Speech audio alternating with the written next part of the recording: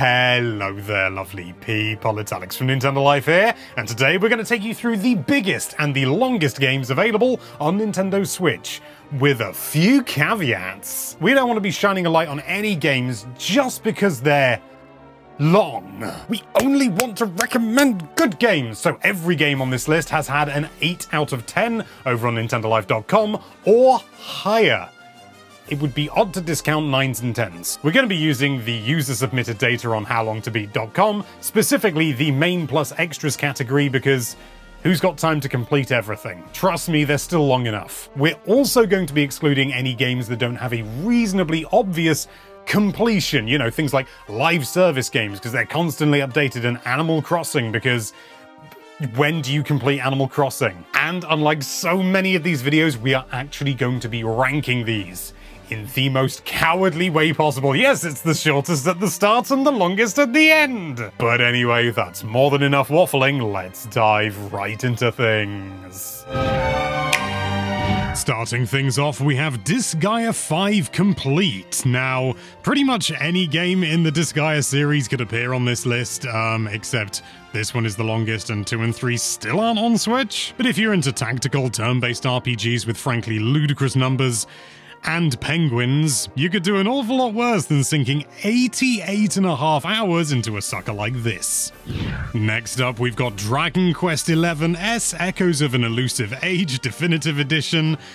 I didn't even make up any of that title, which is fairly obvious, but it's a long title. Dragon Quest as a series is celebrated for many reasons, one of which is its longevity, but also this is a supremely well-made port for the Switch. It's the whole kit and caboodle right here, all 89 hours of it. It's hardly a hot take, but this really is a fantastic classic JRPG with some nice modern quality of features, like you don't have to do the random fights. I mean, you'll probably have to do some or you're going to be hideously underleveled, but you know what I mean. It's like the one thing I don't miss from old RPGs is those random encounters. I know why they were there, technical limitations and all that, but hey, it's 2024, baby. Next up, we have Sid Meier's Civilization 6. Now, I'm a big management sim nerd, and whilst I know this isn't technically a management sim, there is still a lot of similar DNA here, which is probably why I like it. And considering the scale of what's going on in pretty much any Civ game, this is a fantastic port. This is back in the days when there were loads of impossible ports coming out for Switch, and everyone was like, is there anything it can't do? And then we reached more modern years, and the answer was yes. It's a tricky one as well, because even though the numbers on How Long to Beat say that this is 92 hours long, it's the kind of game where you could, in theory, just sort of play it forever, which we would encourage, but the fun's got to stop somewhere, and according to the people, it's at 92 hours. Take that for what you will, that's still a bargain. Next up, a very similar idea again, we have Factorio. This is definitely more management sim than Civ is, but it also comes in at exactly the same duration. Maybe these potentially endless games, yeah, just after 92 hours, everyone just turns them off. That's a joke. I know it's a joke because I have a friend who's played, well, I don't actually know the number, so I'm going to estimate 16 billion hours into the game. You got your Factorio shirt then? Oh, yeah. Like, frankly, a lot of games on this list, it is one of those ones where you got to be careful because you can just sit down and think, oh, I'll play for, you know, I'll play for half an hour, I'll play for 2 hours, and then you end up literally spending the whole day and you haven't eaten. Like, great if you're on a diet, but really bad for your heart. Moving on, we have Stardew Valley. This is a classic, and again, in theory, you could play this forever, but then, in theory, you could play any game forever. Or at least until the national grid collapses. But if you're planning on doing the main stuff, plus some side stuff, you know, you're not just trying to burst through as quickly as you can expect to spend 93 hours on this game. And to be brutally honest, that's just one playthrough, remember? And Stardew Valley is the kind of game where, oh, you get to choose what kind of farm you want at the start of the game. And then immediately after you've completed one, you want to go and try a different kind of farm. And then you throw multiplayer into it as well, and it's just sign away your life. life. Next up, it's Apollo Justice Ace Attorney Trilogy.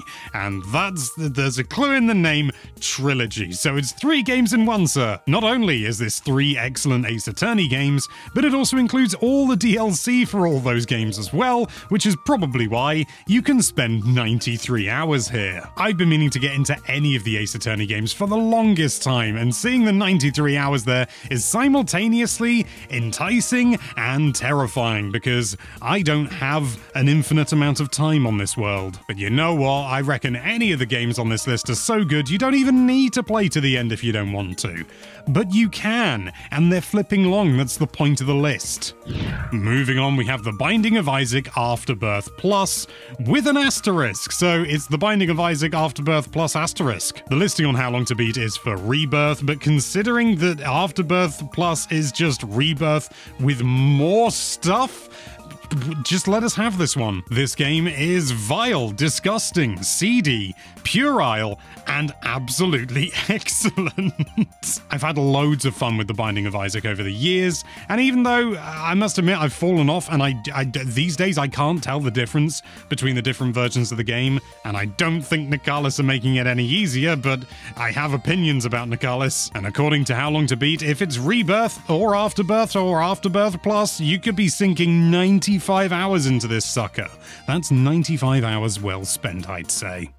Moving on, we have Legend of Heroes Trails of Cold Steel 3, which is another mouthful of a title. The characters and the world building are excellent, but it has to be said that this is really more of a game for existing fans of the series. It's not especially friendly to those who haven't played any of the previous games. Furthermore, some of the 97 hours you could spend in this game are just simply due to the game being very slow at points. The pacing, it's not ideal, we have to be honest. But we still gave it an 8 out of 10 because it is still a flippin' good game. You can't argue with that. Well, you can. Argue in the comments, why not?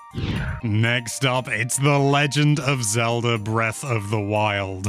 This is gonna be a wild inclusion. Because to be brutally honest, asking the question, how long do you spend in Breath of the Wild, is like saying how long is a piece of string. Are you fast traveling? Are you not? Are you doing, well, I mean, obviously you're not doing all the side missions because this is main plus extras. No collecting all the Korok seeds here. My own personal time is well over 200 hours, but that is multiple playthroughs, and I think that the 98 hours is about right. There is just so much in this game, so much to do, and it's baffling to think just how old it is. I mean, okay, it's 7 years old, but I don't want to think about that. I just don't. If The Legend of Zelda Breath of the Wild was a person, they would be 7 years old. Think about it. Moving on, we have Divinity Original Sin 2.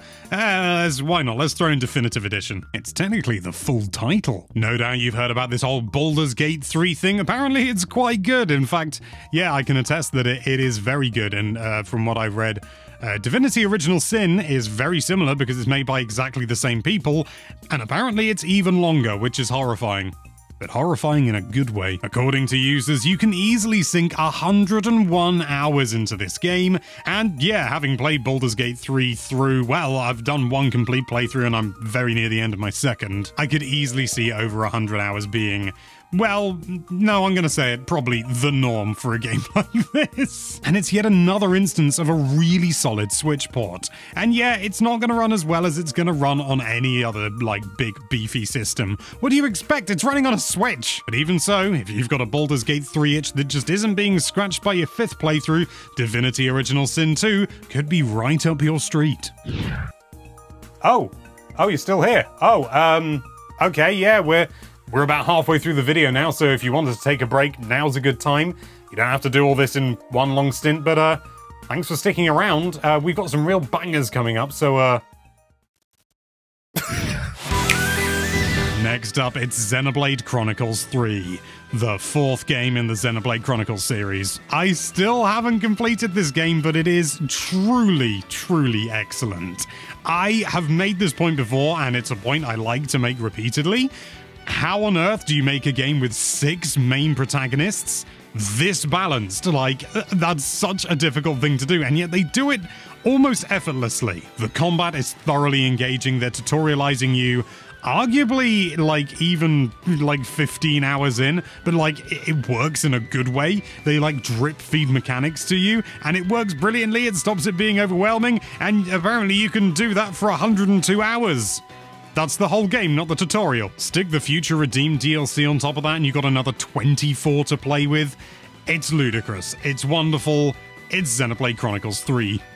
Next up, we have our first dungeon crawler, surprisingly, Labyrinth of Galeria: The Moon Society. I'm expecting somebody to jump into the comments and tell me it's pronounced Galeria, but there was a shopping center where I went to uni called the Galleria, and we called it the Galleria. I'm sure I don't need to tell you that this game looks gorgeous, but I'm gonna do it anyway. The game looks gorgeous! And it has to be said that there's an awful lot of similar DNA here to the Disgaea series, which shouldn't be a surprise considering it's from the same developer. And considering even just doing the main story will take you apparently 82 hours, it's not surprising that this is on this list, because if you do the main and the extras, it's apparently 103. Surprisingly slim on the extras front then. Next up, we have The Legend of Heroes: Trails of Cold Steel 4. This is the one that comes after 3. 3 wasn't that friendly to newcomers, and 4, you really shouldn't be diving into this one as your first one in the series. To be fair to it, it is the last game in the series and is supposed to wrap the story up nicely, but even so, we'd be remiss if we didn't make that clear. Charging in at a whopping 103 hours though? There's a lot here for your money. Moving on, we have Xenoblade Chronicles 2. The third game in the Xenoblade Chronicles series. 106 hours doesn't even include Torn of the Golden Country DLC, which arguably is its own standalone game. I mean, it was released as such. And I wish I could bring myself to spend more time with this game, but I don't know what it is. For me, well, I think I know what it is. This game, for me, sadly, is kind of the black sheep of the family. I still appreciate it for being a really good game, but there are just certain tropes and ideas that just don't gel with me personally. And I'm sorry for that, but this is my least favorite Xenoblade Chronicles game. I like X more than this. Actually, I quite like X, I'm weird. But if you're not weird, there is so much here that you are going to absolutely love. Even if you've played all the other Xenoblade games and you've not played this one, well, that's unlikely to be brutally honest, but maybe there's a few people out there. Let us know in the comments down below, and then play this game. Next up, we have the eldest... Oh no, it's Motorsport Manager for Nintendo Switch. This, I've got to be honest, I did not expect this to appear on the list, but the numbers don't lie. People have played it. I mean, admittedly, only 14 people have submitted times for this category, but coming out at 107 hours is no mean feat. I like Formula 1. I kind of grew up on it, and I actually quite enjoy... I remember enjoying Football Manager, and I've never liked football, so maybe I should give this a proper go. I have actually got it on my Switch now, so that I can get some footage for this, but I could lose a lot of my life. I could lose 107 hours of my life. It's fun that this is here. I like a surprise. We gave it an 8 out of 10. Must be pretty good. Next up, we actually have The Elder Scrolls V Skyrim. What do I even need to say at this point? It's Skyrim. It's massive. There's so many different things you can do with the game, so many different side quests, so many different ways you can do them. Within reason, I mean, they're all reasonably straightforward. Not all of them, but, you know, sort of, you can do it as a wizard or as a not wizard. Fantastic game, jank and all. It makes it kind of fun. You've probably already played it for an average of 114 hours anyway, so let's move on to one that you haven't played. I lied! It's Tears of the Kingdom! Oh, I love Tears of the Kingdom so much. I love Breath of the Wild so much as well. It's like Sophie's Choice picking between them. But this list isn't ranked by whether it's better or not. No, this is all about quantity, baby. Give me those numbers. Nim, nim, nim, nim, nim, nim, nim. And with the numbers coming out at 116 hours... I can believe it. I can believe it's so hard. If anything, to me, that seems slightly low, but again, I'm a special case. I think my own personal playtime on this actually exceeds Breath of the Wild. I think I'm at like 300 hours or something like that, but again, that's multiple playthroughs. But my primary playthrough, yeah, easily over 100 hours. Like, probably more like 150. Amazing game. Absolutely amazing. If you haven't played it, shut up, you're an idiot. Moving on, you knew it was going to be down here. We've got Persona 5 Royal. It's cheeky because it's got the royal stuff in there as well. 123 hours also seems conservative to me. I've not completed this game because I'm frightened of it. It's so big. You could make an argument about me playing Tears of the Kingdom for longer, but I can be scared of different things. This game is utterly excellent and so unbelievably stylish. Like, I would love to be proven wrong, but I'm going to say it now. We're never going to get better menus than these. Not in terms of readability, though. Utterly superb. It really is. The original Persona 5 was already like around 100 hours, and this one just adds so much more into the mix. Well, it adds 23 hours. Next up, it's the final quote-unquote impossible port on this list. It's The Witcher 3 Wild Hunt. Complete Edition. This game is flippin' massive, to say the least, and I still haven't completed it, because I want to do as many of the side quests as I can before I go beyond that point in Skellige. I really should, though, because this version also includes an additional 20 hours from the DLCs, Blood and Wine and Hearts of Stone, bringing the total to 125 hours. And despite me already sinking over 100 hours into the game personally, I haven't touched those. I've never experienced them because I'm afraid the game will end. But maybe it's time. Maybe it's time for me to just say, it's okay. The game can end. And then let the game end. Because I really want to see the DLC. Blood and Wine especially is supposed to be superb, and I've not ever touched it. This is a crime. It needs to be punished. Moving on, we have SD Gundam G Generation Crossrays. And please forgive me, I hadn't heard of this game before this list. Thank goodness we've got an entire team over on NintendoLife.com that can help fill in the gaps for me. To my credit, this game was never released outside of Japan, and whilst you can import it very, very easily, I'm not sure I've got the stomach for 137 hours of it. But from what I've been told, if you're a fan of strategy RPGs and you've never played this game, you are missing out on a lot of good stuff. 137 hours of good stuff. I think I already said that. And finally, it's not even close. Number one, Monster Hunter Generations Ultimate. It was the biggest game when we did a previous similar video back in yesteryear, and it's the biggest one now. If you're doing main and extras, it's gonna be 173 hours. 173. Write that down. If you think Monster Hunter World looks too good in HD, if you think Monster Hunter Rise has too many wirebug mechanics, and you just want to go back to the old school Monster Hunter style stuff, this is the one for you. And if you want to stick with it, if you want to get everything done, you are looking at 877 hours. That is too long. But it is a superb game. It really, really is. It is the quintessential classic Monster Hunter experience. That's what it was always sold at, and that's what it is. If you like classic Monster Hunter, why haven't you got this already? That's the question. Why haven't you already got it? And there you have it. Those are the biggest and longest games available on Nintendo Switch that we believe are actually worth your time, because there's some rubbish out there. Did we miss something important? No, we didn't. This is an entirely data-driven exercise, but feel free to let us know what you would have included with a comment down below. Or maybe you just like my shirt. Thank you so much for watching. If you like this video, then why don't you grab hold of that subscribe button to really get a good feel for how big and long it is. And be sure to check out NintendoLife.com for all sorts of lovely Nintendo-related content. Thank you again for watching. Bye-bye.